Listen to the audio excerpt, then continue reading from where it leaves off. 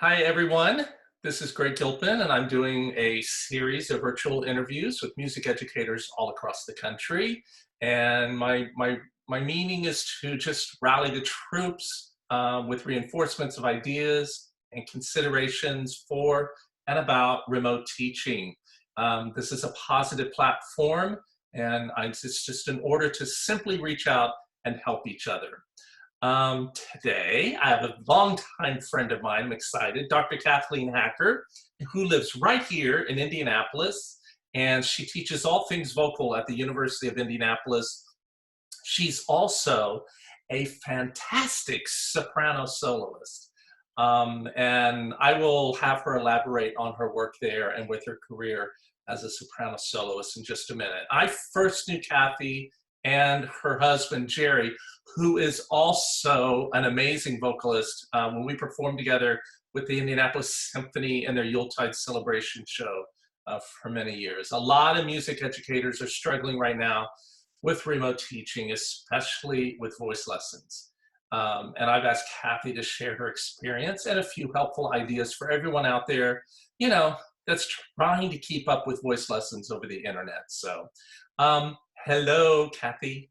Thank Hi, how are you you? for joining me. I'm so happy to see you today. I'm happy to do it. It's been quite a ride for all of us. Yes, thank you. Well, let's just begin. I would love everyone to know a little bit more about you and what you do, and maybe a little past of your experience of teaching and also performing. That would be wonderful to hear. I'll just make this brief. I started out my life as a person who went around trying to find jobs, and I sang quite regularly all over the country. And the Indianapolis Symphony was very, very good to me and gave me lots of wonderful opportunities as well, and just enjoyed my life as a singer. And then I was lucky enough to land a job in Indianapolis as a full-time instructor at the University of Indianapolis. And it's a liberal arts college in the middle of a big city, and so we have a lot of great arts opportunities for our students to gather from. And so it's a really, I have a really great situation now. So I sing regularly, not so much anymore. We sopranos have a shelf life, but I have really enjoyed a time of making music throughout my whole life. So it's been a good ride. Yeah, and U of I is really a wonderful place. There's lots of opportunity. Yeah. It's like where I went to school, you get to do a lot of things in a smaller setting and get to Hmm. learn lots of different things. But it is a beautiful location, beautiful facilities there. Yeah. It's Hmm. very nice. Yeah. Yeah. Kathy is well known in Indianapolis, so everyone knows Kathy. What is your current teaching situation? What's going on now? Well, yeah, the University of Indianapolis is an undergraduate institution, primarily in the music department. Certainly in the music department, not so much in the therapies and health sciences, but certainly in the undergraduate music program as an undergraduate one. So we have been tasked. Our whole university was tasked to put everything online. We gave the students 2 weeks of spring break. We got 1 week of those 2 weeks to put everything we know online, which you can imagine for most of us, for many of us, that was a total disaster. We were just terrified of what would come out. But you know what? It's turned out pretty well. There's a lot of things you just have to realize you're not going to get done. And so you figure out a way to compensate for that, and maybe create new opportunities that will give them another direction to be focused on rather than what they can't do, the things that they can learn that they can do. So that's been our situation. The whole university is transformed. We're going to actually finish out the semester. We're going to have submitted juries. We're going to do the whole 9 yards. I think the applied music has certainly suffered. We can't get together in a room and make music, which is what we all love to do. So that's been sad, but we're making it work. Yeah, that's been a common thread with everybody is they've been full of fear. Hmm. How am I going to do this? What am I going to do? But then when you go, okay, I got to have grace on myself, grace with everybody else, Right. and just do. Let's just Right. move forward, and you discover a lot of things that you can teach. And so Right. Right. it's just not the same, but Yeah. Well, what have you learned about your own teaching from this experience? Um, I have learned that my students will do anything I ask them to do. That if they trust you, and if they believe that what you ask them to do is going to make them better, they'll do it. Which this semester, I call it the Corona semester, has been very much that. They're walking in water that they don't know what's underneath, and so what they've done is just jumped in. And so that, I think, probably if you have a good relationship with your students, it's possible to make this work. I think that makes a big difference. And I don't mean parental, I don't mean psychiatric help. I just mean a good, strong relationship with your student where they know that you know what you're talking about and that you can make them a better person. They can trust that. I've always, in workshops with teachers, one of the questions I ask is, why do your students sing for you?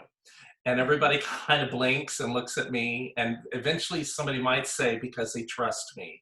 I go, Mhm. exactly. They trust you. You have to build that trust like in a relationship.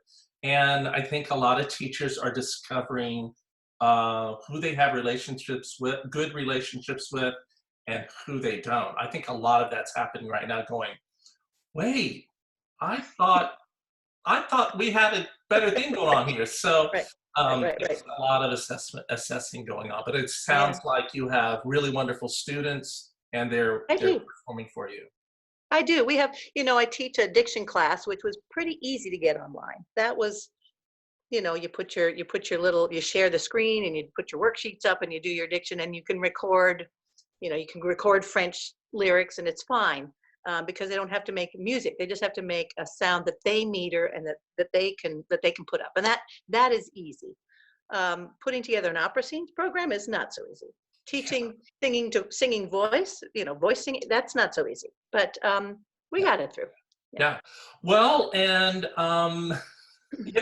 there are lots of people say, well, if I just had enough time, I would teach more of that. Well, maybe it's time to teach more of those other things that you can do, just like the diction. I mean, Right, that's right, great. right. Now, what have you discovered about your students learning from this experience? Well, interestingly enough, I really feel like what they have learned is, wow, they've been hiding around behind the pianist a lot. So we have the luxury of we have 50-minute lessons, and in the first 15 minutes we work on technique. We have good warm-ups and really focus on specific needs, and then the pianist comes in and we make music, which is what everybody does. That's what they want to do, is they want to make music. But I think maybe after doing this, I'm thinking that maybe we don't need quite so much time with the pianist, that maybe we could work a little bit more on technique. And what we have found is that when the pianist is not there, they stay focused on what they know how to do, and that has been just fantastic for me as an undergraduate. I can't imagine it would be quite the same if you had somebody whose technique was pretty solid and was working on musical things. You'd have to get very specific about the musicality, and it certainly couldn't be interactive because there is this lag thing that just is annoying. I can use my piano. I can use my piano to guide them and get them into keys, but I certainly couldn't play along with them. I couldn't come close to playing along with them. So, Right, right. Well, so do you think this is going to change your voice lessons when you come back together again? Do you think it will change at 50 minutes when you're in the room I next think in the so. fall? Honestly, I think especially for the undergraduate, my task as an undergraduate voice teacher is to get their technique onto solid ground, and to get them to really know their instrument and how to manipulate it, how to make it work. That is the number one task. I mean, you don't leave the art and the music behind, but that's sort of the primary focus, because if you don't get that figured out, you can't make all the music you want to make. So the technique is the road to good musicianship. And so I spent a lot of time on that in the classroom, and I think I could probably spend more. I am so amazed at how focused they are. They come into the lesson at the beginning of the lesson, and they're just a little bit, you can see the trepidation on their faces, and they sort of get started. And I actually have had a couple students who have not wanted, they have really fought to do this online.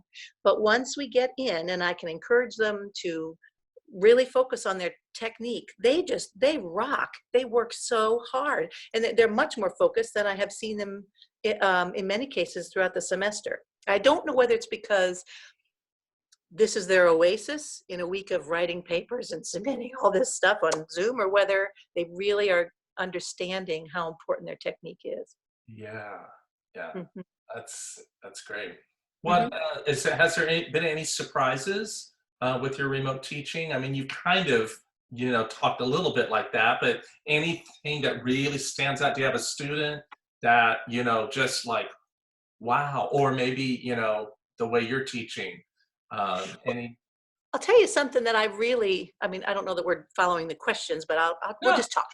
So one of the things that I found when I realized they weren't going to be able to make music, that they weren't going to be able to meet their pianist and be as expressive as they would like to be in their lessons. When I realized that, I thought, well, we've got to give them something else, because that is what feeds their soul. Who wants to work on technique if you're not going to end up making music? And even a half a semester is too long to work on just technique and not really experience the music. I believe that singing brings people joy, and you can't rob them of that in this crisis situation. You just can't. So what I did, and what I'm going to add from now on, which I can't believe I haven't done it in the past, is that I have made them ask them to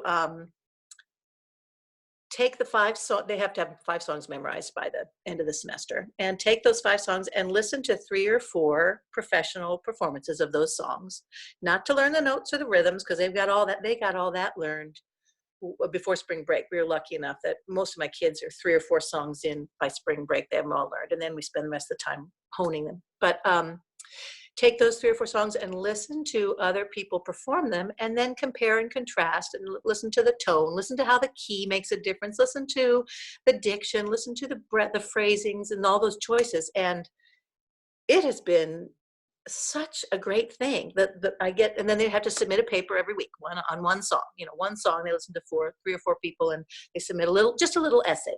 And the things that they're listening to and paying attention to are spectacular. Hmm. So it helps them stay connected to the music making. And I ask them, why does the music in this performance speak to you, or what doesn't speak to you in the music making in this performance? So they're really focusing on music that they can't make right necessarily. And then those things feed the technical work that we do.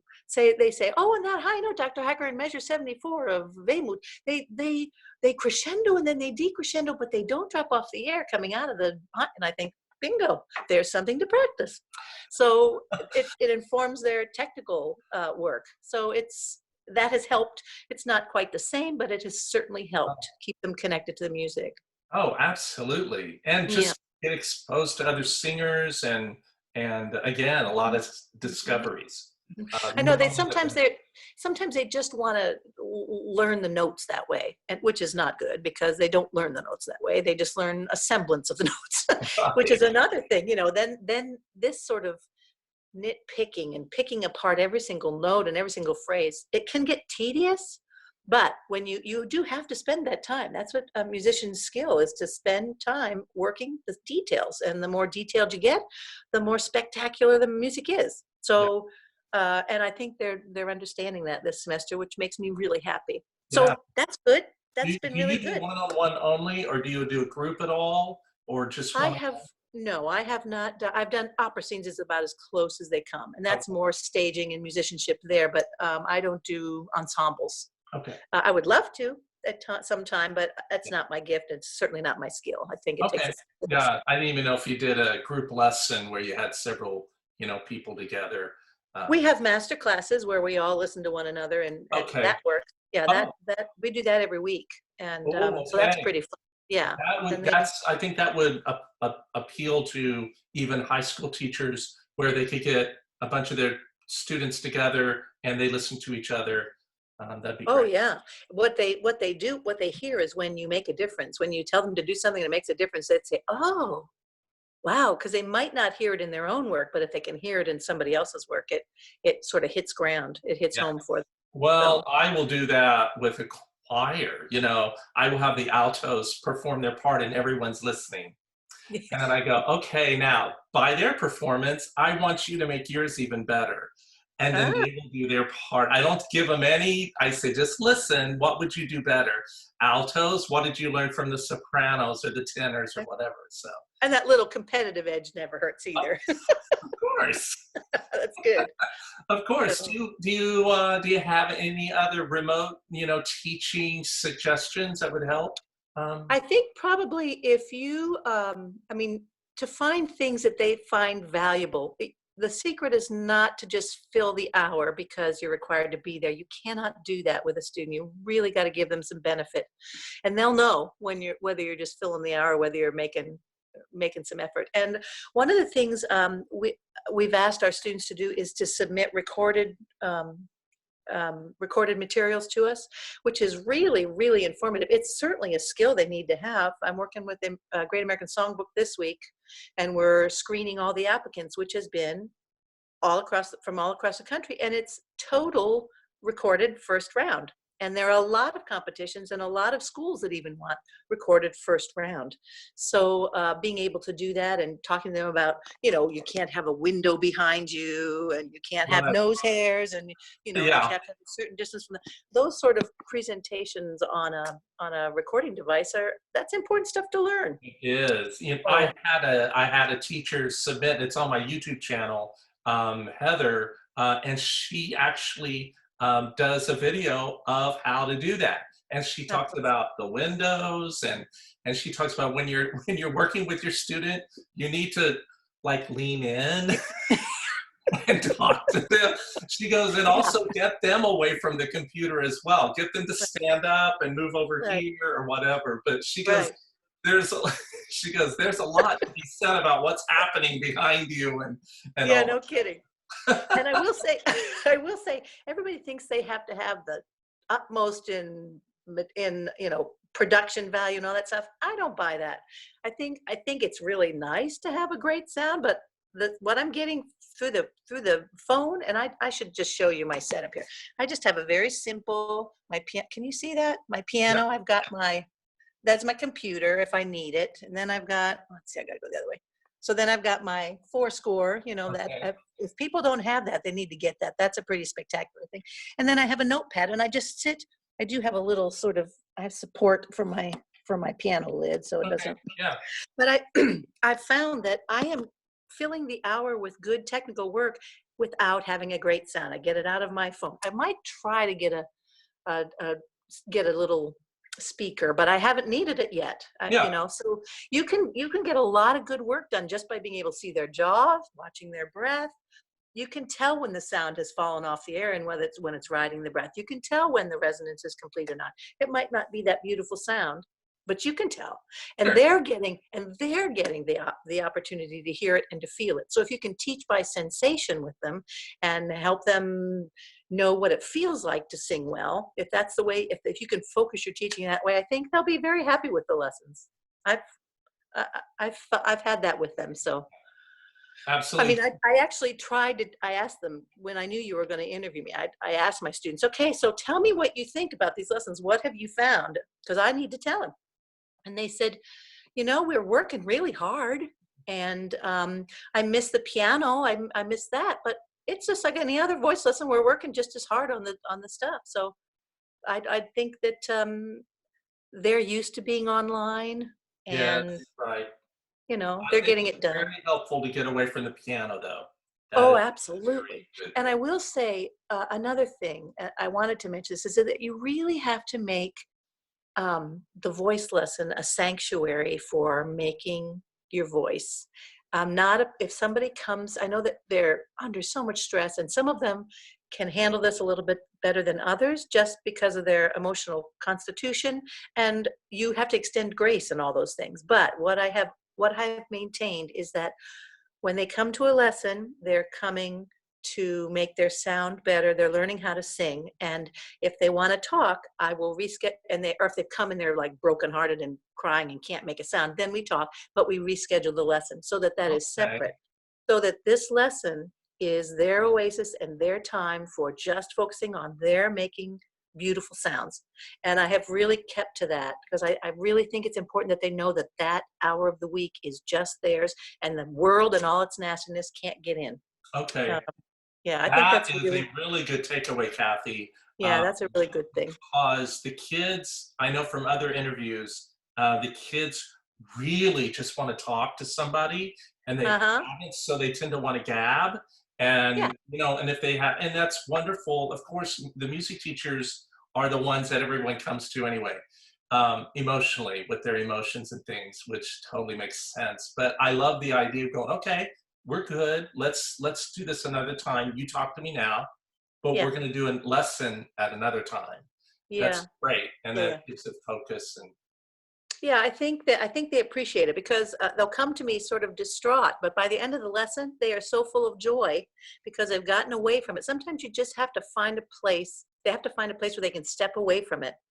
And the voice lesson is a place to do it. And if they, as I say, if they trust you, they go along. They go along with you. yeah, And once they jump on board, they're really glad they did, and they make progress and feel good about themselves. So yes, yeah, yeah, if that was one thing I could really push as important, it would be that.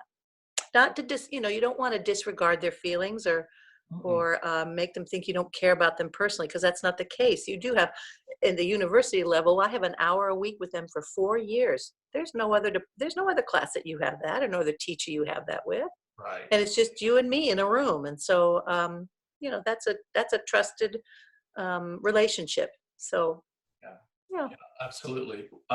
Yeah, um, a lot of people, and I think a lot of people are discovering again, like I said, what their relationships are now with their students, good and bad, Yeah, I think all the teaching will be quite different in the fall when we're all back together. it's interesting. Hopefully, we'll apply and do the Mhm. things we've learned and all that. I thank you so much. This has been so helpful. I may have It's to much interview. easier than I thought. Hey, I was terrified. no, we'll do it again. But I have to ask you, Kathy's a really good cook. So, what is for lunch? Because I know the kitchen's right over there. What are you eating for lunch? Actually, Jerry and I are going to get in the car and drive. We have been so good about Yep. staying in, and I have been actually working from home, and he has too. So we have really not had time out. And if we stay in the car, I think we'll be good. But we're just going to get in the car and see where we end up, and maybe lunch will happen then, maybe it won't. And Okay. then we're going to come back and work in our gardens. So Okay. That sounds great. Well, give yeah, Jerry a hug. I miss you guys, and I'm I'm just, so grateful that you did this. And oh I know sure, it's going to be a great help for many, many teachers. well, great. Well, call again anytime. Okay. All All right. Love you right, guys. Thank love you you. too. Bye. Bye.